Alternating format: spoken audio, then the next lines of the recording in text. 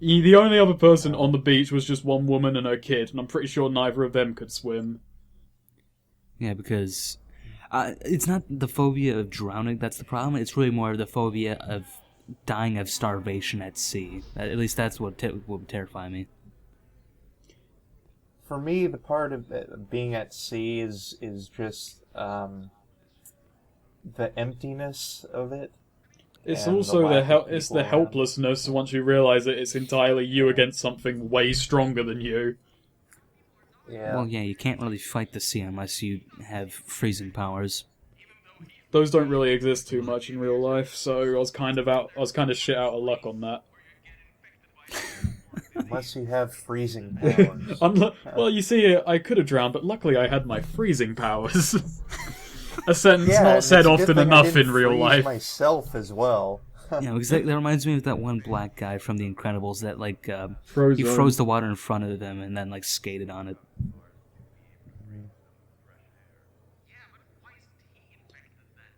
Subtle foreshadowing. We all know what's coming.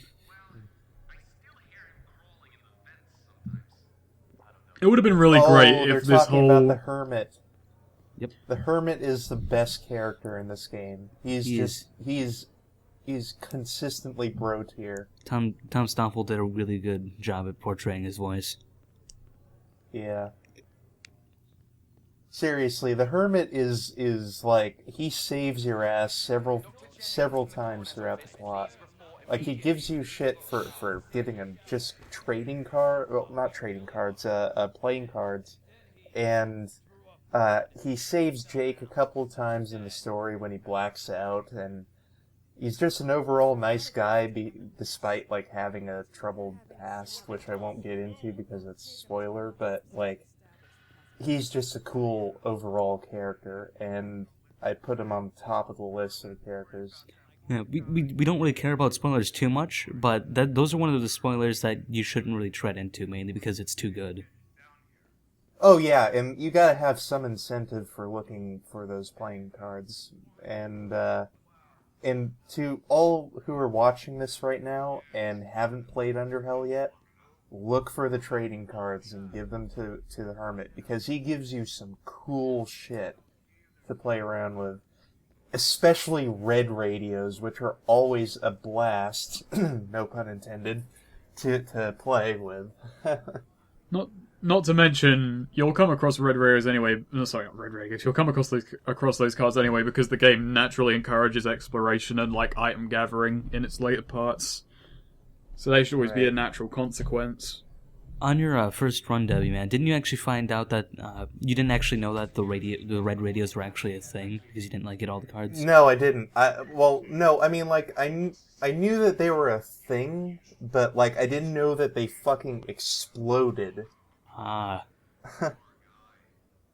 I thought that they would, like, at the end of their little audio loop, that they would make some kind of little explosive noise to attract guards from even further away or something.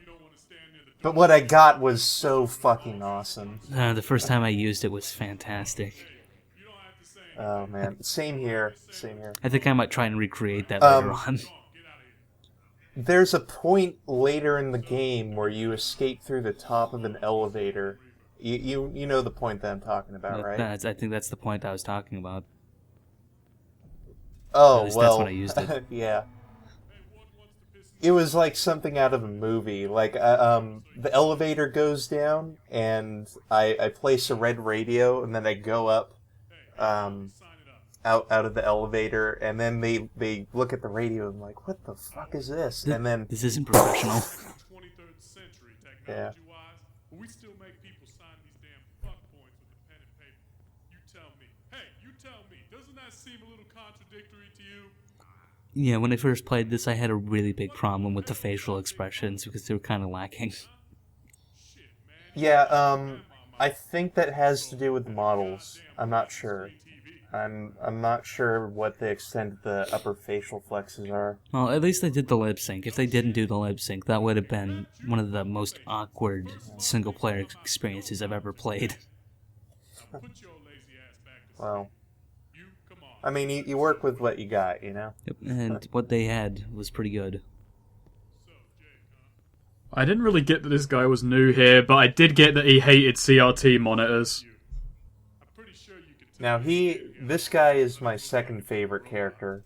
I mean, you can't top the Hermit, but he's a runner-up. Yeah, he's also voiced by the same person. Yeah. Please tell me you closed the door. Oh, don't worry about that. Look, just so you know, there's something going on in here. Don't worry, that infection stuff, that's not just a red herring. Some people die. Even though that would have been great if this whole scene is based around building up the Okay, infection and then it was just But nothing Snakerer, happens. Snakerer, think Yeah. about this for a moment. If I told you that this infection would lead to a fucking zombie outbreak, would you believe me? I would be skeptical on it. I'd both think you were crazy, but I would also get paranoid about it.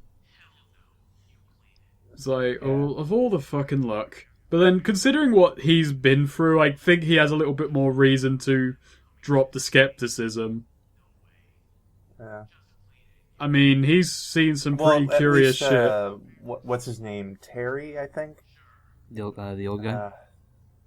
Yeah, shit, I forgot his name. Yeah, his name's Terry. Or Terry or Terrence. Yeah. He would believe it. I mean, because after all, he's seen it before, hasn't he?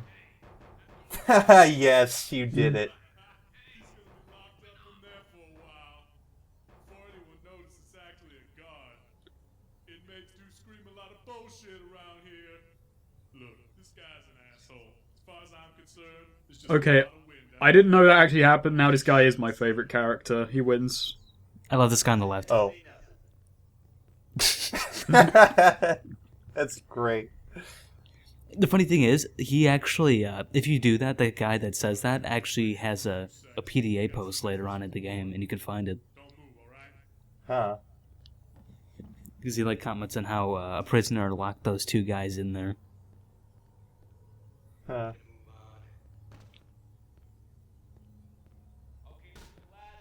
Oh.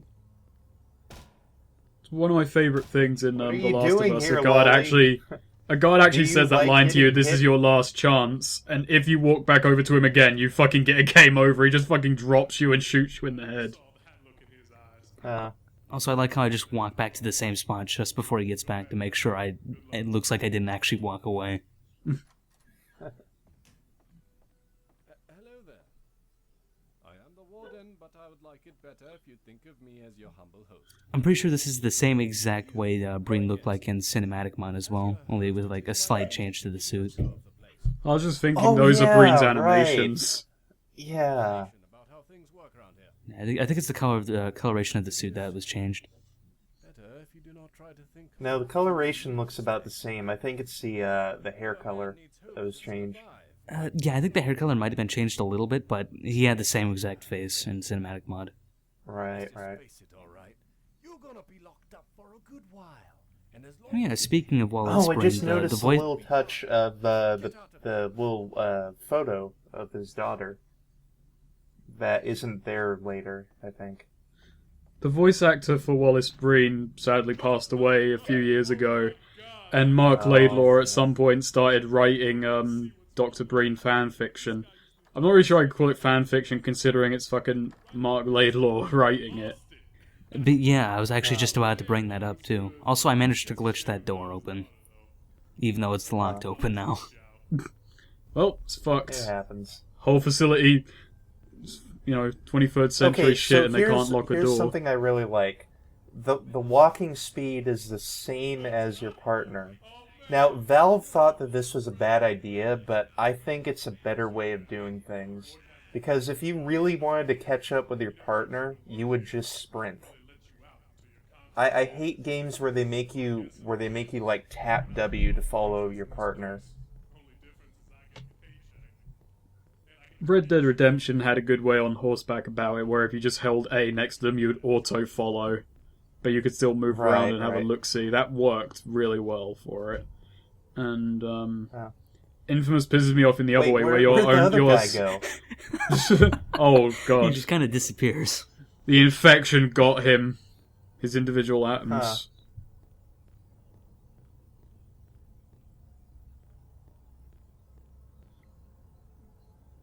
Yep, it's a prison, alright. If I were locked in a prison cell, I'd stare at nothing too. Wouldn't be much to do after a day or so. So, yeah, that guy was essentially getting anal. Oh.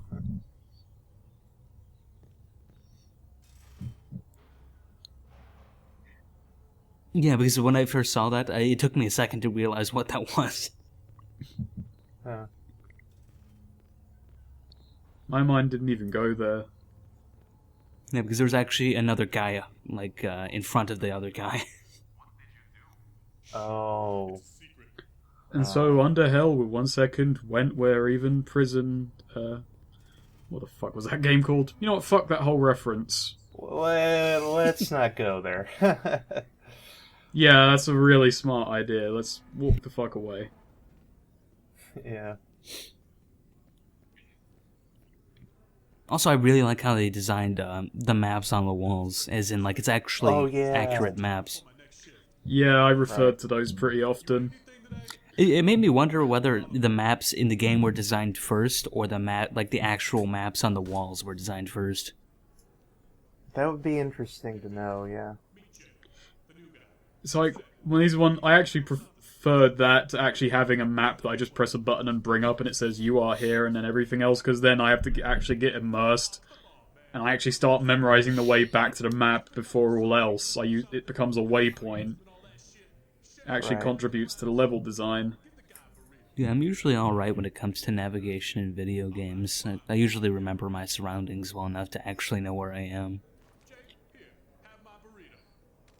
The only problem I have with navigation is when places look exactly the same. So disrespectful. This place is going down to hell. And the day that happens, Igor and I will slice you out to bits. I love that line. He did it really well. For the meantime, you keep slicing that meat. You better keep your mouth shut. He was probably thinking it was so serendipitous that he said that line to someone the day before the infection occurred. One day I'll slice you all to bits, and then tomorrow happened. You will all pay for this. Have you seen my brother? Junior. Alex, have you I love how he's just casually... Oh, this is the most casual brutality ever. Perfect. I was actually stuck too for a second. You're basically Why do you invincible in keep this scene, aren't walking up to you? people? You know they're gonna beat the shit out of you. Maybe there'll be one guard who won't, and it'll be worth not remembering him. How would you remember him, though? They all wear the same uniform. You'll know him when you see him. I was gonna actually go watch what Brian says, but then these two guys talk about how Tyrone is gonna go kick your ass. And that guy has a hilarious expression on.